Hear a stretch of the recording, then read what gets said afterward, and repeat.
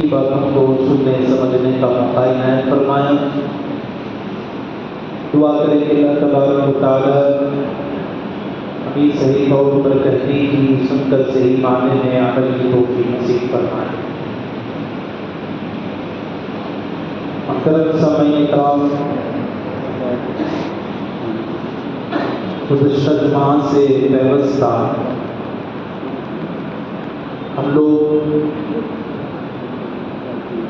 اسرائیل و فلسطین کے درمیان میں جو قسم کا محاربہ اور جنگ چل رہی ہے، اس کی وجوہات اور تاریخ کیا ہے سمجھنے کی کوشش کر رہے ہیں۔ پھر گزشتہ جمعہ کچھ شدید ناسازگی کہ تاریخ باقی رہ گئی ہے، جتنا ہو سکے آج کے جمعہ میں ہم سمجھیں گے۔ دوستوں بزرگوں، ایک پہلو تو ہم نے سمجھ لیا کہ اس وقت کے حالات سے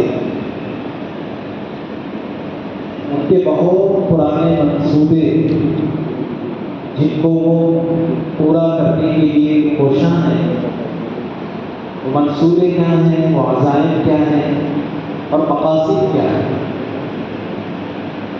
اس کو مزید سمجھنا ہے تو تھوڑا ہم لوگوں کو اسے مفصل طور پر سمجھنا ہے۔ عربی اور اردو کے قرآنی تفاسیر اور مختلف تاریخی کتب کے حوالے سے تھوڑا گہرائی کے ساتھ مزید تفصیل سے ہم لوگ سمجھیں تو انشاءاللہ ہم لوگوں کو بات کا سمجھنا آسان ہوگا اور سب سے پہلے صحیح تاریخ ہمارے سامنے ہے۔ آج کا مسئلہ یہی ہے کہ ہماری اپنی جنریشن کو ہماری اسلامی تاریخ کا اتا پتہ نہیں ہے، معلومات نہیں ہے۔ دنیا کے موجودہ چیزوں میں ہر چیز کا نالج ہے، معلومات ہیں، لیکن اللہ معاف فرمائے اسلامی نالج کی کمی ہے، اسلامی ہسٹری اور تاریخ کی کمی ہے۔ اس لیے کہ دنیا جب سے بنی ہے تب سے اللہ تبارک و تعالیٰ نے جس ایک مذہب کو شروع کیا اور دین کو چلایا وہ یہی دین اسلام ہے۔ آدم علیہ السلام سے اللہ نے انسانی افزائش کا سلسلہ شروع فرمایا اس پورے عالم میں، تب سے جو مذہب جس مذہب کی بنیاد رکھی گئی وہی اسلام اور ہمارا دین مذہب ہے۔ اور جس وقت پوری دنیا سے اسلام اور دین ختم ہو جائے گا، اللہ تبارک و تعالیٰ دنیا کو بھی ختم کر دے گا۔ گویا دین اسلام پر پورے عالم کا بقا ہے۔ دین اسلام باقی ہے تو عالم بھی باقی ہے، چاند ستارے باقی ہیں، سورج سیارے باقی ہیں، ہوائیں فضائیں باقی ہیں، ہر چیز باقی ہے۔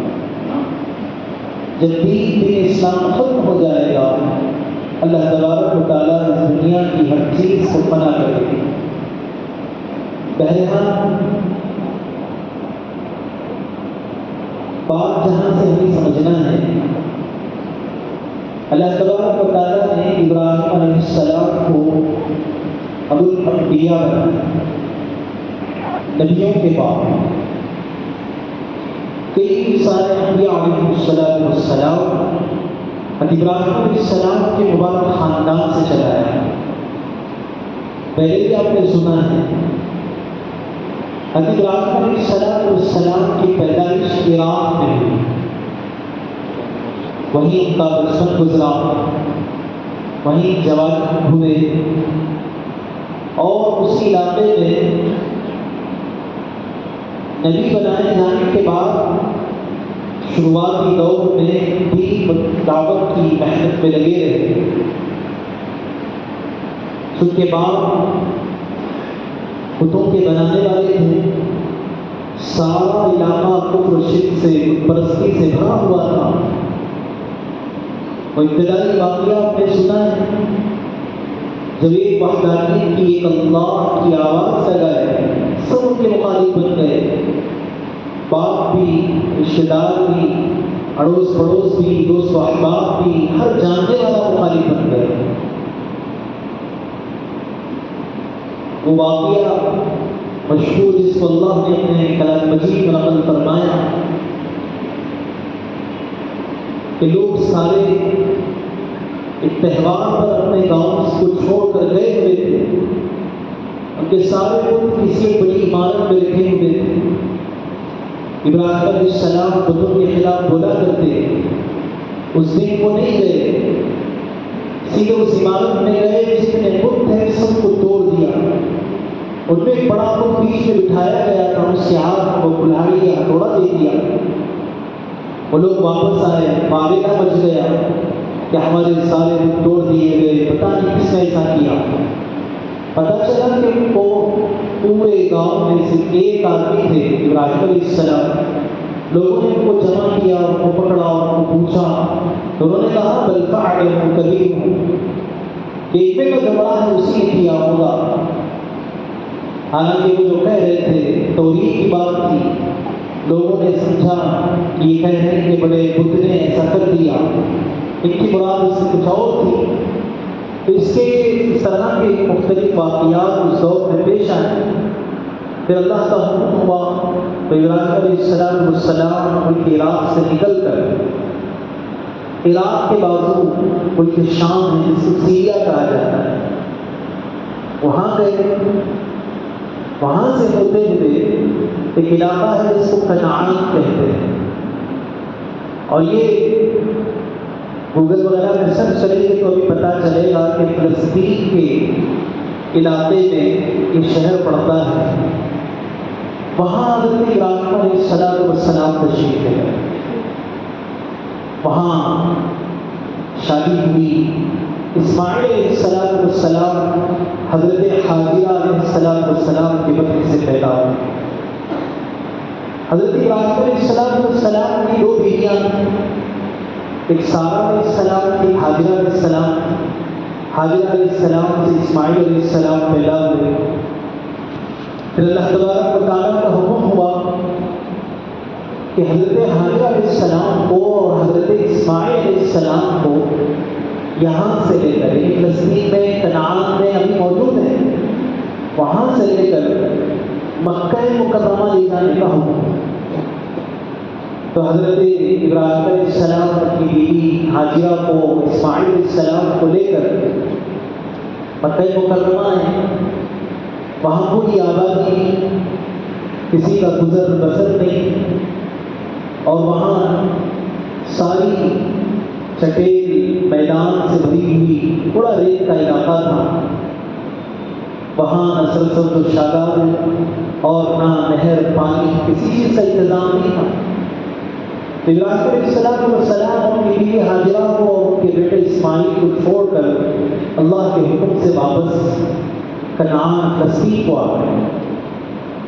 تو وہ ابتدائی دور کے واقعہ، اسماعیل علیہ السلام اور حاجرہ علیہ السلام ماں بیٹے دونوں ہیں، کوئی پانی کا نظم نہیں، کھانے کا نظم نہیں۔ بچے کو بھوک لگی، بچہ رونے لگا، اس کو نیچے سلا دیا، اور حضرت حاجرہ علیہ السلام کبھی ادھر اور ادھر، جو پہاڑیاں تھیں صفا مروہ، یہاں سے تیز دوڑتی ہوئی صفا پر چڑھتی، دیکھتی کسی آدمی کا گزر تو نہیں ہو رہا ہے، پھر وہاں سے آہستہ آہستہ اترتی اور مروہ کو چڑھتی، وہاں چڑھ کر دیکھنے لگتی کہ کسی آدمی کا گزر تو نہیں ہے۔ تو یہ حضرت حاجرہ علیہ السلام 7 مرتبہ ادھر چڑھی، 7 مرتبہ ادھر چڑھی، چڑھنا اترنا ہوتا رہا۔ اس درمیان جو بچہ ہوتا رہا، اس کی بیٹی سے پانی کا نکلنا شروع ہوا، وہی پانی زمزم ہے۔ جب پانی ادھر بہنے لگا تو حضرت حاجرہ علیہ السلام نے اس پانی کو پتہ نہیں کہاں تک بہہ جائے، ریت سے، مٹی سے آزو بازو اس کی ایک باڑ بنا، اور پانی کو کہنے لگی زمزم، رک جا رک جا، زمزم کا معنی ہے رک جا، تب سے اس پانی کا نام زمزم بھی پڑ گیا۔ تو یہ واقعہ حضرت ابراہیم علیہ السلام کی بیوی حضرت حاجرہ اور اسماعیل علیہ السلام کا مکہ مکرمہ میں۔ مکہ مکرمہ آپ جانتے ہیں کہ اللہ تبارک و تعالیٰ نے سب سے پہلا اپنا جو گھر بنایا اسی جگہ بنایا۔ کتابوں میں بات ملتی ہے کہ سب سے پہلے فرشتوں نے اس گھر کو بنایا، فرشتے عبادت کرتے تھے، اسی جگہ طواف کرتے تھے۔ پھر ایک دور گزرا، اس کی بنیادیں ٹوٹ گئیں، تو آدم علیہ السلام کو جب اللہ نے دنیا میں بھیجا، نبی بنائے گئے، تو آدم علیہ السلام کے ذریعے سے دوسری مرتبہ اللہ تبارک و تعالیٰ نے کعبۃ اللہ کو بنوایا۔ کعبۃ اللہ کو بنانے والے بطور انسان کے حضرت آدم علیہ السلام پہلے تھے، انہوں نے کعبۃ اللہ کو بنوایا، اس کا طواف کیا۔ پھر اللہ کا حکم ہوا، 40 سال گزرنے کے بعد حضرت آدم علیہ السلام اللہ کے حکم سے مکہ مکرمہ سے نکلے اور فلسطین کو آئے۔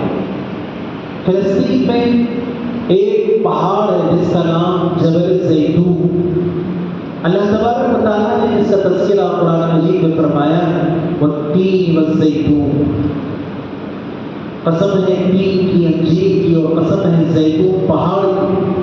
تو یہ جو زیتون پہاڑ ہے، اس پہاڑ پر حضرت آدم علیہ السلام اللہ کے حکم سے، پہاڑ کافی بڑا تھا، اس میں ہموار زمین کو تلاش کر کے اس پر حضرت آدم علیہ السلام نے ایک مسجد کی بنیاد رکھی اور اس کا فاؤنڈیشن رکھا، اس کی دیواریں بنائی، اور اللہ تبارک و تعالیٰ کا پوری سرزمین میں ایک دوسرا گھر حضرت آدم علیہ السلام کے ذریعے سے بنوایا، اسی کو مسجد اقصیٰ اور بیت المقدس کہا جاتا ہے۔ تو سب سے پہلے اس کو بنانے والے حضرت آدم علیہ السلام، حضرت آدم علیہ السلام سب سے پہلے کعبۃ اللہ کو بنائے۔ 40 سال گزرنے کے بعد اللہ کے حکم سے فلسطین پہنچے، اور یہ جو پہاڑ ہے زیتون پہاڑ، اس پر اللہ تبارک و تعالیٰ کے حکم سے یہ دوسری مسجد کی بنیاد رکھی، اسی کو مسجد اقصیٰ اور بیت المقدس ہے۔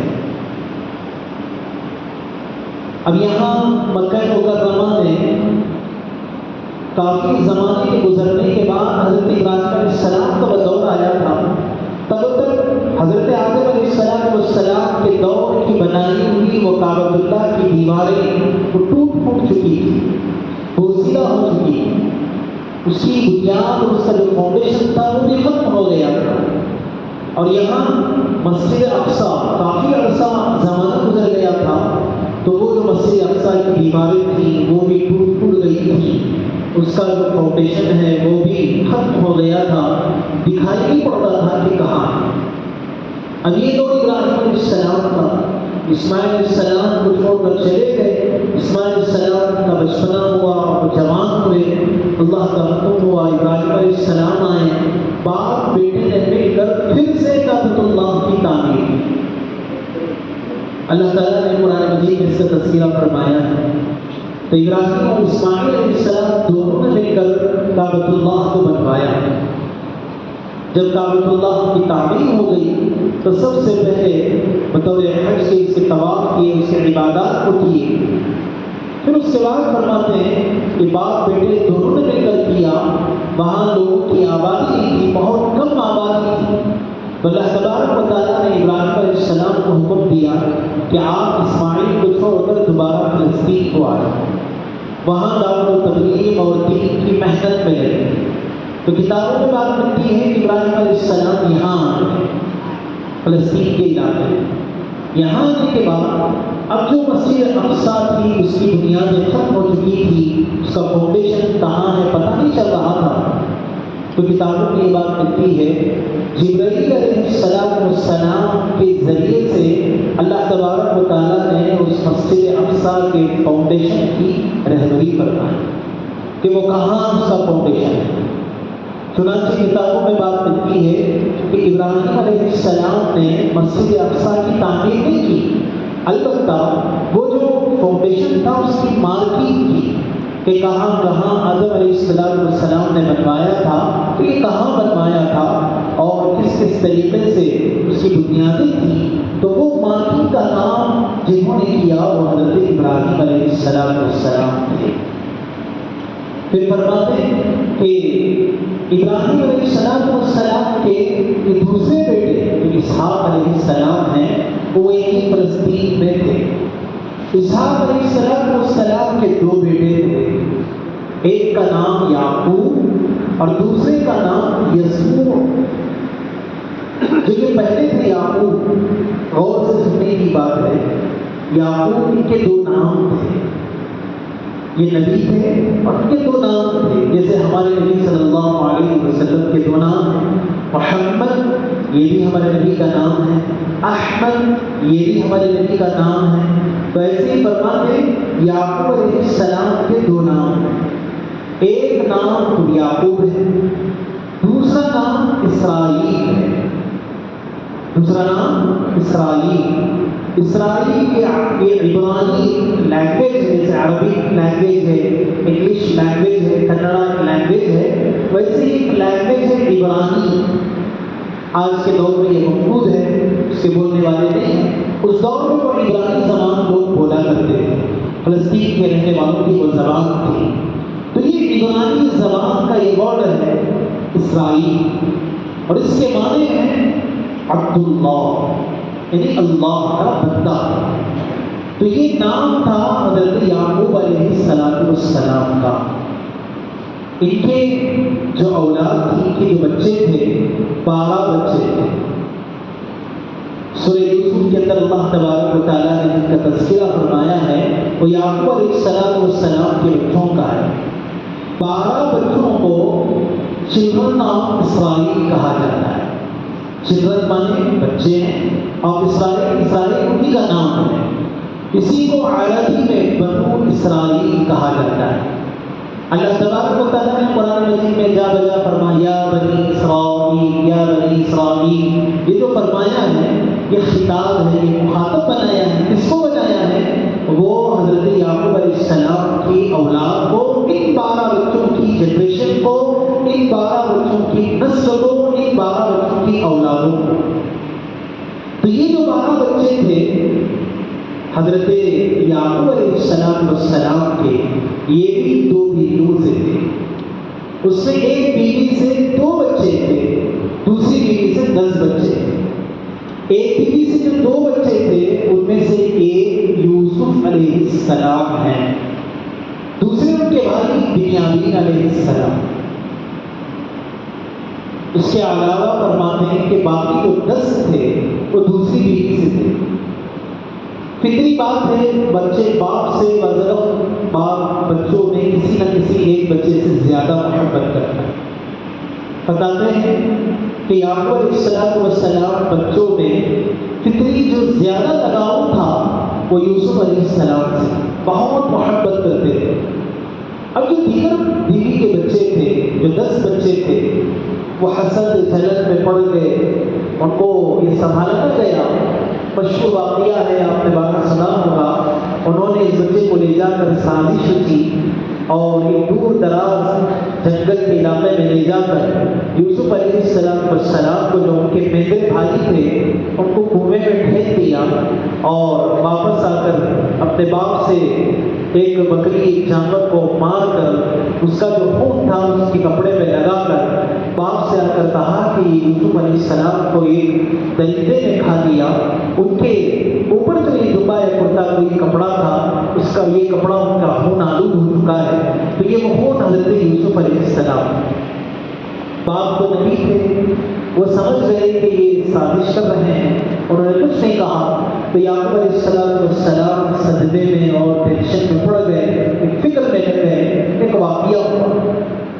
تو یوسف علیہ السلام کا ایک تفصیلی واقعہ یہاں سے شروع، کہ وہاں سے جو گزرنے والے قافلے گزرا کرتے تھے، ایک قافلہ گزرا اور وہ قافلہ اس جگہ پہ پڑاؤ ڈالا، وہاں کنویں سے پانی نکالنے کے لیے اس نے ڈول ڈالا۔ تو جو ڈول ہے اس میں یوسف علیہ السلام وہیں نیچے کی کسی پتھر پہ بیٹھے ہوئے تھے، ڈور پہ بیٹھ گئے، چنانچہ انہوں نے باہر نکالا تو یوسف علیہ السلام خوبصورت بچہ تھا، چھوٹا سا. اور اس طرح کے اگر کوئی بچے کہیں بھی لوگوں کو مل جاتے، اس دور میں لوگ ان بچوں کو غلام بنا لیتے. اور اس دور میں بچوں کے اور انسانوں کے خرید و فروخت کا دور تھا، خریدا جاتا تھا، بیچا جاتا تھا. چنانچہ اس بچے کو ان کا غلام بنا دیا. اور وہ قافلہ غریب قسم کے لوگ اس میں تھے، بڑے خوش ہو گئے، بڑا خوبصورت بچہ ہے، بڑی قیمت میں یہ بچہ فروخت ہوگا. تو وہ سیدھا آئے اور آ کر مصر، ایجپٹ جس کو کہتے ہیں، وہاں کا ایک بڑا بازار تھا. اس بازار میں انسانوں کی، بچوں کی خرید و فروخت ہوتی تھی. اس جگہ پہ پہنچے اور اس بچے کو بھی بطور غلام کھلا کر اس کو اسٹیج پر اس کو پیش کیا اور کہا یہ ہمارا غلام ہے، ہم اس کو بہت بڑی قیمت میں فروخت کریں گے. قیمت سن کر لوگ قریب آنا چھوڑ دیے، بہت بڑی قیمت لگائی گئی. چنانچہ اس کی اطلاع رات کو نام پہ پہنچی، کوئی خریدنے والا نہیں تھا، لیکن بڑا بچہ خوبصورت تھا. فرماتے ہیں کہ عزیز مصر، جو وہاں مصر کا جو بادشاہ تھا، اس کا دستراز، اس کا رائٹ ہینڈ اور اس کا جو بڑا وزیر تھا، اس کے یہاں کوئی بچہ نہیں تھا. تو اس کو اطلاع دی گئی کہ تم نے بچے کی تلاش ہے. تم جو ہے کئی لوگوں کو پوچھتے رہے، دیکھو بازار میں ایک بچہ بڑا فروخت آیا ہوا ہے، اگر خریدنا ہو تو اس بچے کو خریدو. تو وہ بادشاہ نے کہلا بھیجا، پوچھا بھیجا. چنانچہ وہ بچے کو دیکھنے کے بعد بڑا خوش ہوا، بڑی قیمت دے کر اس بچے کو اس نے خرید لیا. خرید کر گھر کو لایا. بڑا بچہ خوبصورت تھا. وہ جیسے ہی بچہ جوان ہو گیا، فرماتے کہ وہ جو عزیز مصر تھا، اس کی بیوی خود بچے کے عشق میں مبتلا ہو گئی. پھر جو ہے اللہ تبارک و تعالیٰ کا کرنا ایسا ہوا کہ اس عورت نے حضرت یوسف علیہ السلام پر دست درازی کا الزام لگایا. حضرت یوسف علیہ السلام کو اللہ تبارک و تعالیٰ نے جو ہے بچا لیا. پھر عزیز مصر کو یہ سارا ماجرا معلوم ہو گیا، لیکن اپنی عزت کی خاطر اس نے یوسف علیہ السلام کو جیل کے حوالے کر دیا. یوسف علیہ السلام یہ کون ہے؟ یعقوب علیہ السلام کے بیٹے ہیں. یہاں آئے اور جیل میں کئی سال تک رہے. چنانچہ کئی دن گزرنے کے بعد اب جو یہ عزیز مصر تھا، جو بادشاہ کا دستراز تھا، وہ بادشاہ بن گیا تھا. فرماتے ہیں اس نے خواب دیکھا. اب بعض ایسے خواب ہوتے ہیں جس کی تعبیر کی جاتی ہے، اس کا مطلب بولا جاتا ہے، کچھ نہ کچھ ایک میسج اس میں چھپا ہوا ہوتا ہے. ہر خواب سچا نہیں ہوتا اور ہر خواب کا مطلب و مقصد بھی نہیں ہوتا. بادشاہ نے ایک سے 3 مرتبہ خواب دیکھا. اپنے جان پہچاننے والے جتنے علماء اور اس سلسلے کے ماہرین تھے ان کو بلایا اور ان سے خواب کی تعبیر پوچھا. تو کسی کو خواب کی تعبیر پتہ نہیں تھی. کسی نے جو صحیح تعبیر ہے، صحیح مطلب ہے، بیان نہیں کیا. تو اب بادشاہ جو ہے اسی غم میں، اسی فکر میں رہا. تو اس کے جو سامنے درباری تھے، اس درباریوں میں سے ایک درباری جیل میں قیدیوں کو کھانا لے کر گیا. یوسف علیہ السلام کے پاس بھی کھانا لے کر آیا اور وہاں پہ بیٹھے ہوئے قیدیوں کے سامنے بیٹھے بیٹھے بادشاہ کے خواب کا تذکرہ کیا. یوسف علیہ السلام ماشاءاللہ اللہ تبارک و تعالیٰ نے ان کو بہت بڑا علم عطا فرمایا تھا اور وہ آئندہ چل کر نبی بننے والے تھے. تو موسیٰ حضرت یوسف علیہ السلام نے خواب کی تعبیر بتائی. تو وہ جو قیدی تھا وہ وہاں سے نکلا، بادشاہ کو بتایا. چنانچہ بادشاہ بڑا خوش ہو گیا، ان کو سامنے بلایا اور ایک ایک چیز کے بارے میں پوچھا. تو یوسف علیہ السلام نے پوری خواب کی تعبیر بتائی. بادشاہ خوش ہو گیا، ان کو جیل سے رہا کر کے اپنے ساتھ رکھ لیا. اور کچھ دنوں کے بعد جیسے انہوں نے پیشن گوئی کی تھی، اسی پیشن گوئی کے مطابق خواب اس کا سچا ہو گیا. بادشاہ بڑا خوش ہو گیا. چنانچہ یوسف علیہ السلام کو اس نے اٹھا کر خود منسٹر بنا دیا. پورے مصر کا جیل میں تھے، قیدی بنے ہوئے تھے. اب جو ہے ان کے اس تعبیر سے خوش ہو کر اپنے ساتھ رکھ لیا. بطور مشیر کے رکھا تھا، رائے مشورہ دیتے تھے اور ان کی رائےوں سے خوش ہو کر اس نے جو ہے آخرکار ان کو پورے مصر کا فوڈ منسٹر بنا دیا. اب حضرت یوسف علیہ السلام پورے مصر کے وہ جو ہے فوڈ نظام کے منسٹر بن گئے. اور ان کے ذمے پورے علاقے کے ان نظام کی دیکھ بھالی تھی، کھیت کھلیان اور کسانوں کے حسن انتظام کی تھی۔ چنانچہ فرماتے اس نظام کو بہترین انداز سے نبھایا۔ اچانک اس دور میں بعض وقت کئی دن تک برساتیں نہ ہونے کی وجہ سے علاقے قحط زدہ ہو جاتے تھے، کھیت بند ہو جاتے، سوکھ جاتے، اور اس کھیت جب سوکھ جاتے تو غلہ نکلنا مشکل ہوتا۔ جب غلہ ہی نہیں ہوتا تو لوگوں کو کھانے کے لالے پڑ جاتے تھے۔ چنانچہ قریبی علاقے عراق میں اور فلسطین کی سرزمین میں، ملک شام میں، یہ تمام علاقے قحط زدہ ہو گئے۔ لوگ پانی کو ترسنے لگے، کھانے کے دانوں کو ترسنے لگے، بہت بھوکمری کی حالت ہو گئی۔ اس وقت مصر کے علاقے میں حضرت یوسف علیہ السلام کا نظام تھا۔ فرماتے یوسف علیہ السلام نے اپنے حسن تدبیر سے جو خود کو سیف میں محفوظ کر لیا تھا، چنانچہ مصر کے علاقے میں کہیں بھی قحط زندگی کے آثار نہیں تھے، لوگوں کو آرام سے خود وغیرہ مل رہا تھا۔ اطراف و اطراف کے ممالک والے آنے لگے، ان سے خریدتے یا جو ہے اپنے یہاں ایسے ہی ہدیہ لے کر جایا کرتے۔ چنانچہ فلسطین میں حضرت یعقوب علیہ السلام تھے جو یوسف علیہ السلام کے والد محترم، ان کو اطلاع ملی کہ ہمارے علاقے میں خود کے لیے کمی ہو رہی ہے اور یہ مصر سے تقسیم کیا جا رہا ہے۔ تو انہوں نے ان کے 10 بچوں میں سے بعضوں کو بلایا اور ان سے کہا کہ جاؤ مصر کو جا کر ہمارے فلسطین کے لیے بھی تم فوڈ لے کر آؤ۔ چنانچہ ان کے بچے وہاں سے نکل کر یہاں آئے اور یوسف علیہ السلام نے ان کو دیکھ کر پہچان لیا، یہ میرے بھائی ہیں۔ چنانچہ ان کو بلایا اور ان کو کچھ چھوڑ دیا اور ان سے کہا 3 مہینے کے بعد دوبارہ آپ آئیں، جب آئیں تو آپ اپنے ساتھ پورے بھائیوں کو بھی لے کر آئیں۔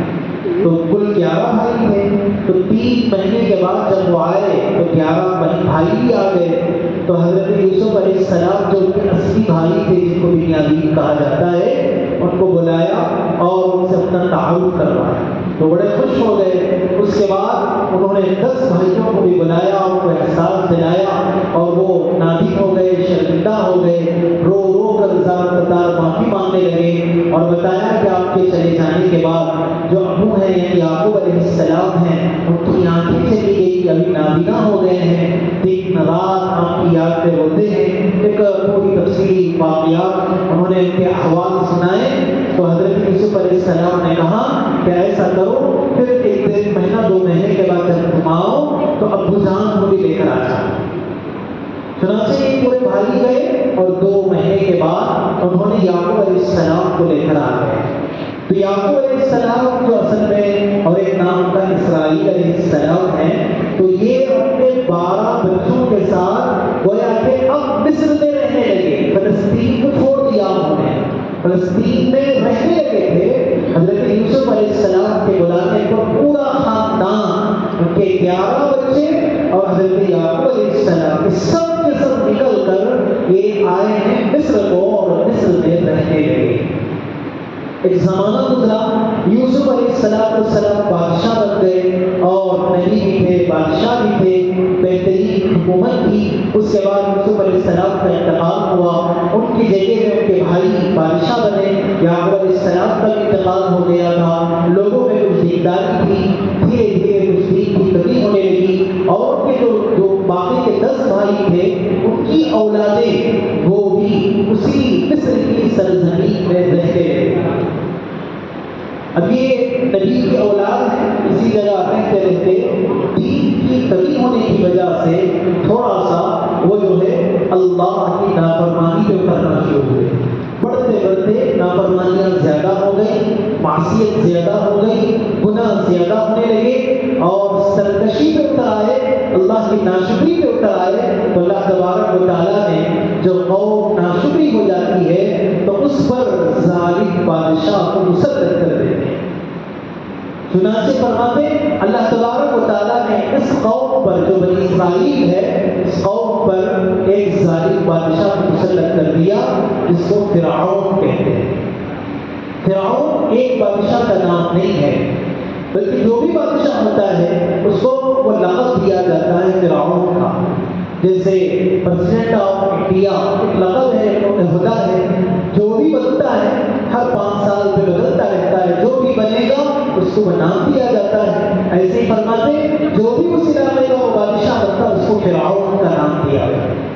اس دور میں جو فرعون تھا بڑا ظالم تھا، اس نے بہت ہی لوگوں پہ ظلم کیا اور ان کو مارا کاٹا، ان لوگوں کو قتل کیا اور آخرکار سارے بنی اسرائیل اور اس کا اپنا غلام بنا لیا اور ان لوگوں سے گھر چھین لیے گئے، ساری زمین چھین لی گئی اور یہ غلام بن کر ان کی تابعداری میں رہ گئے.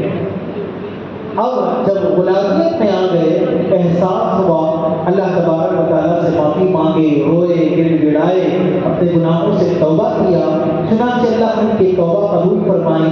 ان کو غلامیت سے آزاد کرانے کے لیے اللہ تبارک و تعالیٰ نے ایک نبی کو بھیجا.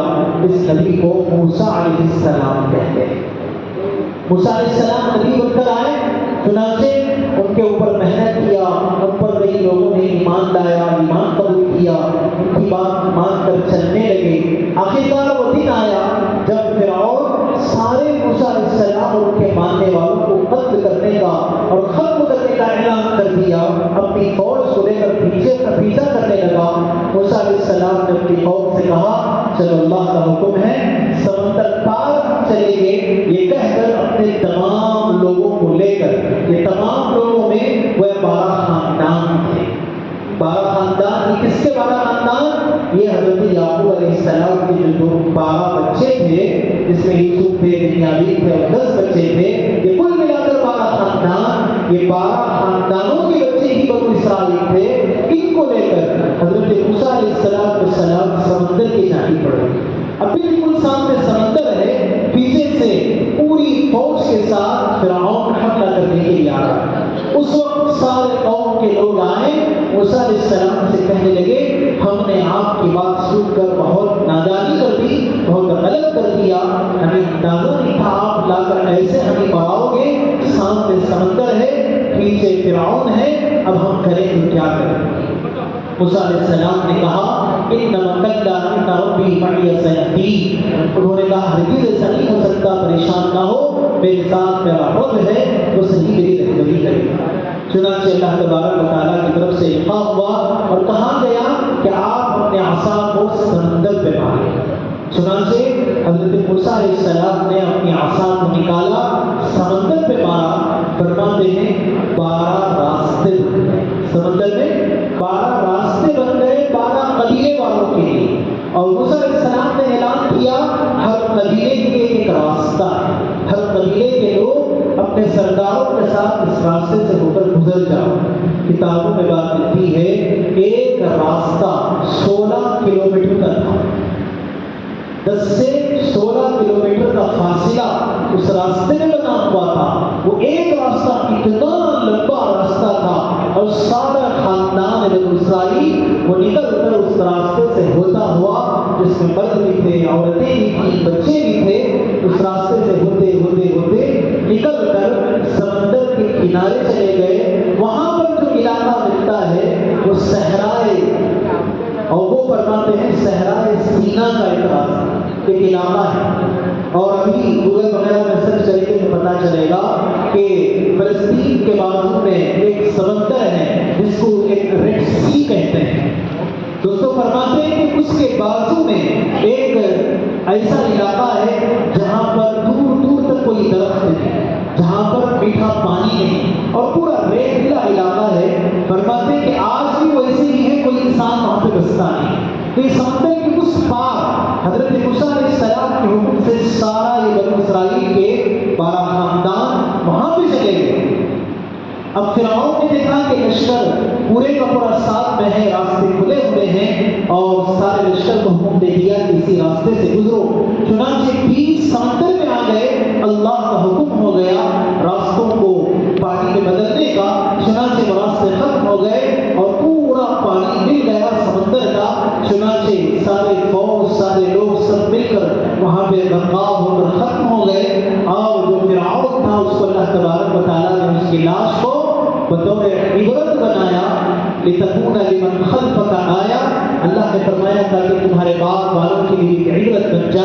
اور سمندر نے اس کی باڈی کو نکال کر بھیج دیا. آج بھی ایجپٹ کے میوزیم میں اس کی لاش رکھی ہوئی ہے. یہ وہی فرعون ہے جو اس دور کا تھا. سمندر نے بھی اس کو نہیں لیا, زمین نے بھی اپنے اندر اس کو نہیں لیا, اس کو عبرت کا ایک مقام بنا کر رکھا. کیوں عبرت کا؟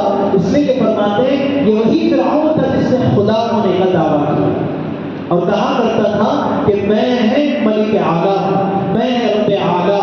تو اللہ تبارک و تعالیٰ نے جس نے خود کے خدا ہونے کا دعویٰ کیا اس کو تمام کے لیے عبرت بنا کر چھوڑ دیا. تو آج بھی اس کی لاش رکھی ہوئی ہے. چنانچہ اس پورے علاقے کے اندر یہ 12 قبیلے جب چلے گئے تو بہت بڑی آبادی بھی ہو گئی, لیکن وہ جو علاقہ تھا پانی پینے کا وہاں پہ نظم نہیں تھا, اور چھت نام کی کوئی جگہ نہیں تھی, کھانے کا انتظام نہیں تھا, کوئی کھیت نہیں تھی, باغ نہیں تھا, کوئی درخت نہیں. اب یہ لوگ آئے, موسیٰ علیہ السلام سے کہا ہم نے آپ کی بات سن کر بہت بڑی نادانی کر دی, کاش ہم اسی جگہ پہ رہتے, غلام ہی رہتے, کھانے کو کھانا ملتا, سب چھپانے کے لیے چھت ہوتا, اور کچھ نہ کچھ ہم آرام سے زندگی گزارتے. ہم نے آپ کی بات سن کر یہاں آ گئے, یہاں ہمارے لیے کوئی چیز نہیں. موسیٰ علیہ السلام نے دعا مانگی, اللہ تبارک و تعالیٰ نے مدد اتاری. فرماتے بادل کو بھیج دیا, وہ ان کے بالکل قریب آ کر کے طور پر ہو گیا.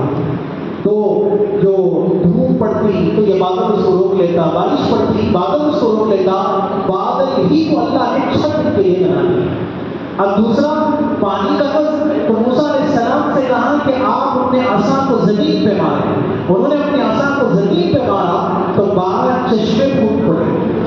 چشمہ کہتے ہیں کنواں وغیرہ جس کو کہتے ہیں جس سے پانی نکلے, تو ایسے 12 چشمے نکل پڑے.